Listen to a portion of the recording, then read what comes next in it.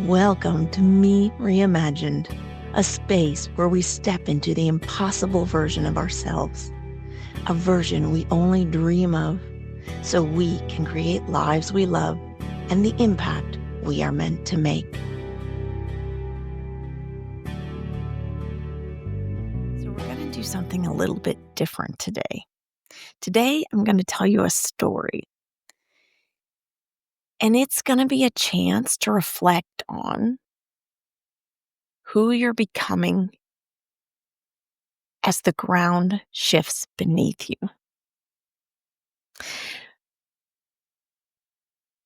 So the story follows a woman named Julie, and Julie is a composite of people I've coached, people I've loved, bits and pieces of myself. And it's a story that's set slightly in the future with the roots in today, because it's exactly in the context that we are facing. And it's designed to show you that you have a choice. It's a choose your own ending style of story. You have a choice about who you're becoming in the midst of what may begin to feel like chaos, what may begin to feel really unfamiliar. And so in this story, Julie faces personal challenges, but not just personal challenges. She's actually navigating this in the midst of the cultural tides that have already arrived, that are already beginning to rise. So the loss of stable work, the weight of caregiving, climate disruption, the erosion of meaning in our life, and loneliness, feeling disconnected from yourself. And at the heart of this story is the question, how can we find an anchor in a world that's changing faster than maybe we're ready for? And how does whether we find that anchor impact the world that we experience and the world that we create?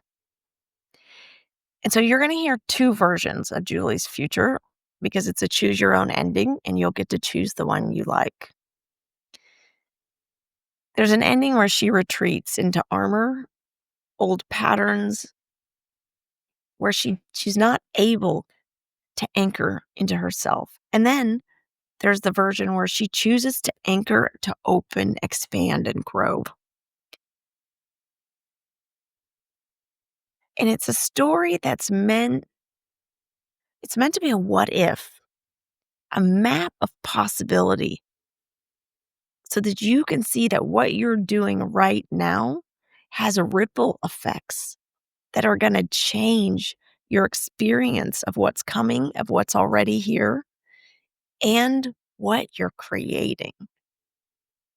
And so at the end of the story, I'm going to offer you a way that you can learn to create an extraordinary experience inside, even when the world around you makes you feel uneasy, looks unfamiliar, feels a bit chaotic. And so the question becomes, why are we telling this story? Well, we're living in a time where the ground it's shifting beneath us, and it's already started. And it's going to get faster. It's going to accelerate even more. And so I think having this conversation now is really critical. So when you look at what's happened, in fact, I read something, they're comparing this to the Industrial Revolution, from the horse and the cart to the iPhone. And it took a long span of time, and we had time to adapt and to adjust. And now they're saying that whole thing is the equivalent of what we're going through now, only we're going to do it within 5 years. And in 5 years, that makes me think of my mother when she got an iPhone. I didn't even have an iPhone at the time. And she's trying to take a picture, and she's running forward and she's running backwards so that she can zoom. And the 5-year-old says, my cousin says to her, um, why don't you just zoom? My mother was shocked. But I think about that because she had that long to navigate. We used to have a technology that would come in once a year and really shift things. Now it's every other day. And so, in a world that's changing this much, are our internal systems, our internal landscape, is our identity changing and shifting as fast as the external world? And if it doesn't, what is that going to mean for how we navigate the external world and the reality that we perceive and create? And so, what I'd like to say is that it's an opportunity.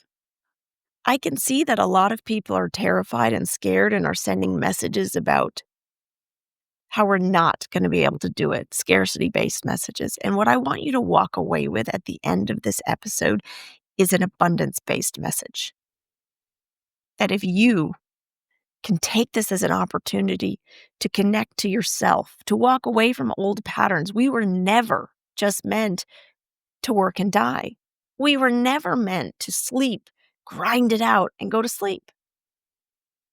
But that is definitely what I was doing in all of the jobs that I had, proving my worth through exhaustion, conforming to what they told you. These 10 donors have asked for this corporation needs this, so you do it.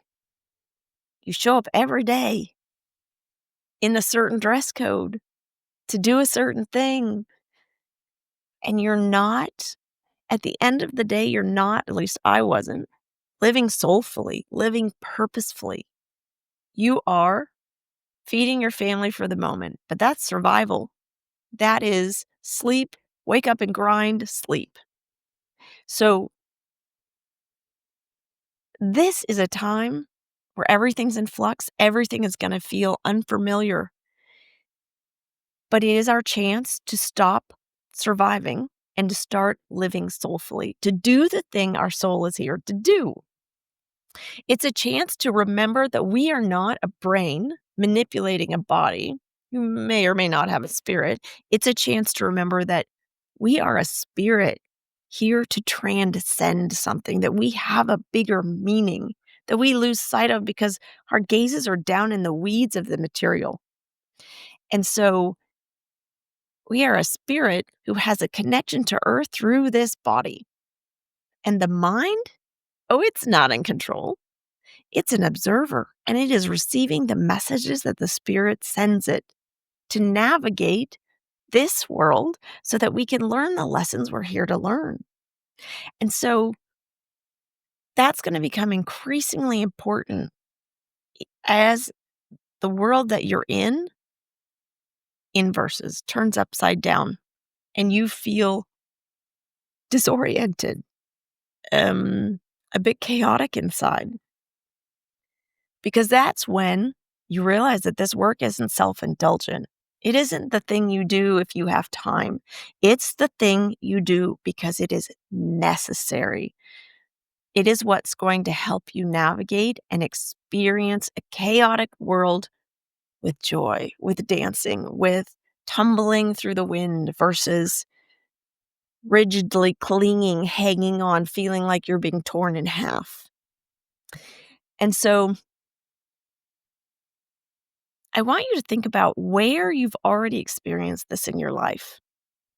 Where have you rigidly clung on and then years later looked back and thought, it would have been easier just to relax and release and cling to myself and know I've got myself, that I'm going to get through this. Because right now you're at a moment of choice. You can either not evolve and you can stay attached to old patterns, clinging to what you know, to structures that are crumbling that no longer serve the purpose, that haven't evolved fast enough to stay with where we need to be. And you haven't evolved your internal capacity, your internal reference points, your internal landscape fast enough to dance. And so if you're like me when you're skiing, like water skiing behind the boat, it's that moment where you're hanging on and you've fallen and the water is just hitting you in the face and you are inhaling and feeling like you're drowning. Or you have the other thing where you evolve that internal landscape. You let go of the cord and then actually the skis slow down and you're just surfing along on the top of the water. And so this story is meant to illustrate that difference in choice, that difference in internal orientation and anchoring. So it's also meant to serve as an invitation, right? This is what we practice. Idun and I, my co-founder, it's what we have brought to Umi, our community of high achieving, high potential women who've done all the things and realize that doing more of the same doesn't make them feel fulfilled. And now are realizing that more of the same isn't going to help them in a brave new world. And so it's an invitation for you to join our 14-day rose-colored glasses experience to start understanding what we mean by this, by learning to dance through the chaos versus being pulled behind the speedboat, swallowing water for all you're worth. And that's what we do in Umi. We give you the Umi feeling. We come together, we practice these things, we hold each other when it's scary, we celebrate each other when we make the choices that get us up walking on water, literally, because I'm telling you, when you can do this, it feels like a superpower. It feels like a miracle. Your experience changes so much, even when your life doesn't change, that it is literally like you are walking on water. And others notice it. And others open mouth look at you like, how can you do that? And it is the coolest experience I've had to date. And I've had some pretty damn cool experiences. And then what's cool is as your internal world starts to shift, your external world, because you're electromagnetically connected, your external world starts to reflect that. And so the story today is meant to illustrate and give you the idea that you have a choice, that you can make this now when the world looks still pretty familiar, and you can get really strong in these muscles, and you can start walking on water to the point where you amaze people. And then when the world gets really chaotic in 5 years, and half your friends, half your family no longer have jobs, and your 3-year-old cousin, you realize is never actually gonna work. So then what are they going to school for? Because all that they're learning there isn't relevant because we have a machine that does all of that. When it starts to feel like that and uncertain, you'll already have these skills. So it's an invitation for you to consider this, to reflect on this, and then come and join us because it's awesome. Okay, so I'm going to read you the story. It's called Julie's Choice.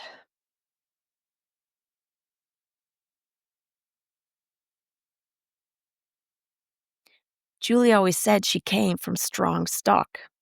Her grandmother had raised 6 children through the war and widowhood, and her mother could patch a school uniform in under 10 minutes, late for work, and still have the poise of a woman who knew exactly who she was. Julie admired them both and patterned her life on their steadiness. She never quite considered if they were happy. At 43, Julie was the head of a well-funded European research unit studying behavioral science. She had a PhD, a good pension plan, a charming 10-year-old daughter who played cello in a tiny conservatory class, and a husband who made decent risotto and once wrote her poems. Their friends described her as accomplished, chic, and enviably balanced. She vacationed in Lisbon. She understood Sartre. She wore linen well. But balance is not the same as peace. In her body, something had started to hum, a low and constant ache. Not quite sadness, not quite fatigue. Something like spiritual scurvy, an absence of vitality. She missed art. She missed mystery. She missed the feeling that something was growing inside her, other than pressure. Most days, she walked home through the cobbled city streets in heels that no longer thrilled her, dreaming not of wild affairs or reinventing herself in Greece, but of drinking 2 glasses of white wine alone on the balcony. The way the first sip warmed her chest was the only moment of her day that felt like relief, and it never took long for a second glass to follow. Julie had tried. She went on a meditation retreat in Scotland and came back with a Turkish shawl and a sense of unfinished business. She'd gone to therapy and discussed the tension in her marriage and the weight of being her daughter's default emotional home. But in truth, she wasn't looking for better communication or trauma healing. She was looking for herself. And no one seemed to know where it had gone. Then the lump appeared. It was small, the size of a lentil, and discovered not by her doctor, but by her daughter, who pressed against her in her sleep and startled her with the pain.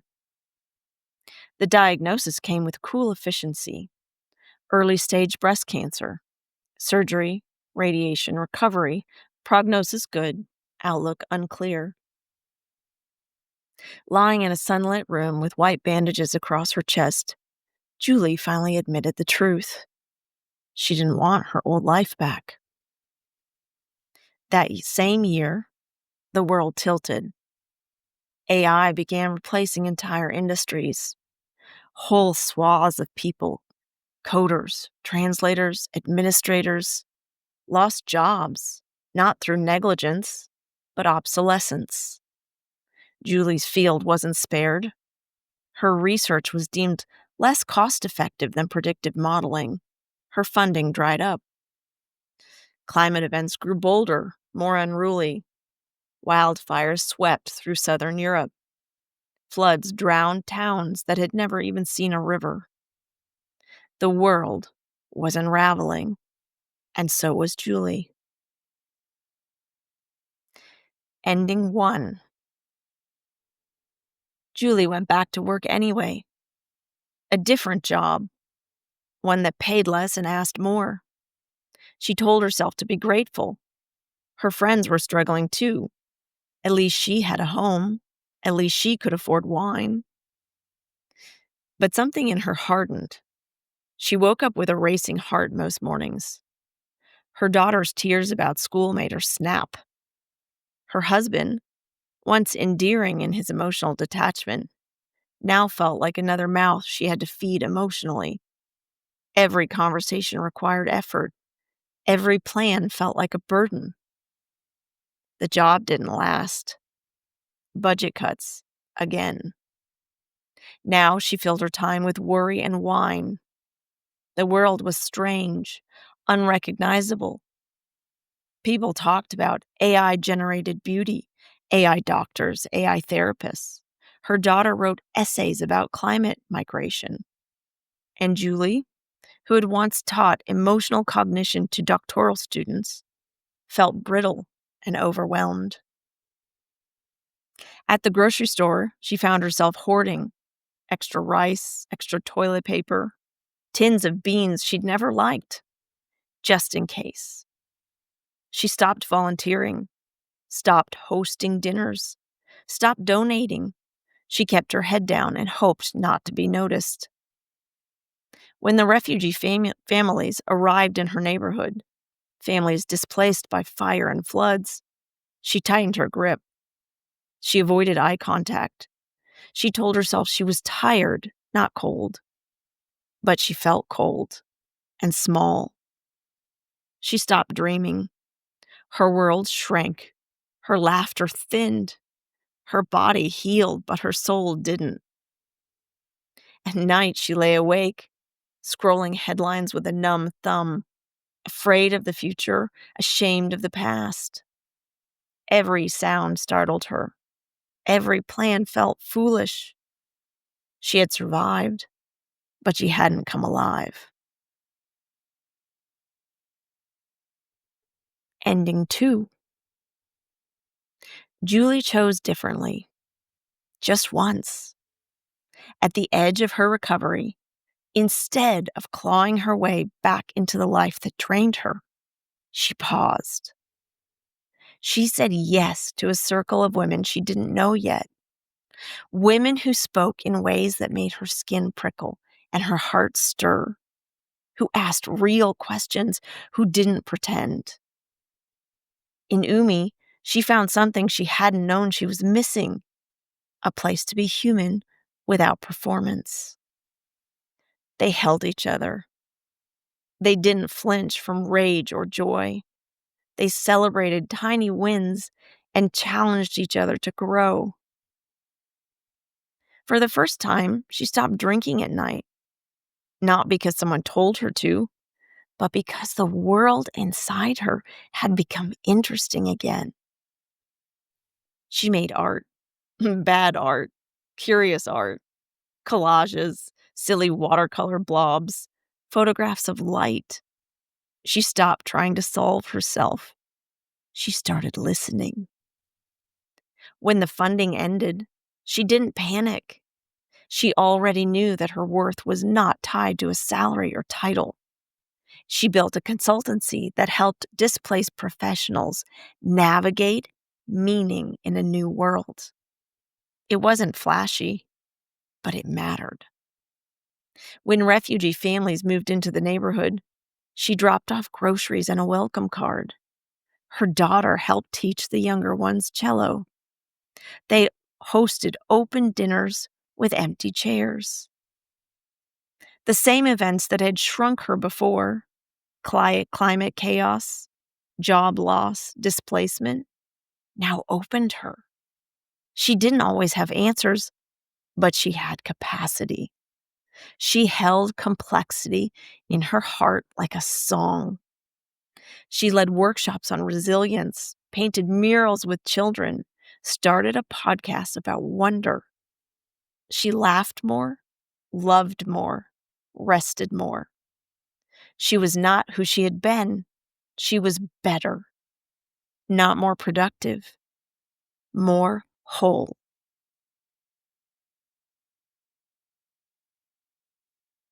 The end. You are standing where Julie once stood. The world is changing. Systems are already starting to shift. The roles, the rhythms, the rules, none of it will stay the same. You can choose whether to stay the same inside of you. You can cling to your armor. You can cling to your old identity. Or you can grow. Not the performative kind of growth, not fixing yourself, but learning to be.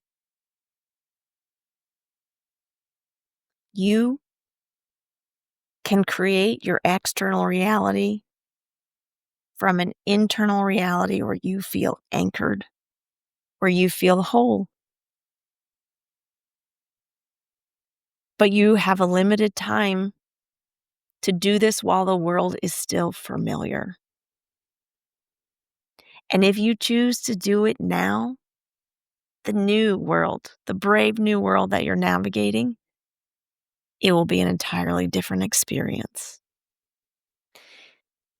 So what I would like to do is invite you to come take a taste of what we mean when we are talking about learning to come from abundance, learning to feel abundant inside and anchor yourself there. Learning to let go of old identities. Come and join us for our 14-day free rose-colored glasses experience. Start tapping into this. And then from there, if you see the possibility inherent in this, as you see the world shifting around you, then come join us in Umi. Umi is the feeling that fosters transformation. It was such an amazing feeling, and we noticed that we only had it in community together with other people who believed. And so we got busy describing what that feeling feels like that enables us to transform. And we got busy talking about what kind of conditions, what kind of held space fosters that, and how can we cultivate the two of them. And we came up with Umi, which is both the feeling and the community that creates that feeling. And that's where transformation becomes possible. And so don't choose to hang on behind the boat and be drinking the fire hose of water, feeling like you're drowning. Choose to join us. Choose to let go and stand up on the skis and surf the waves, the unfamiliar waves. It is our chance to make different ripples from the inside out, to literally change the world during the biggest moment of opportunity that we've had in forever. Join us. With love.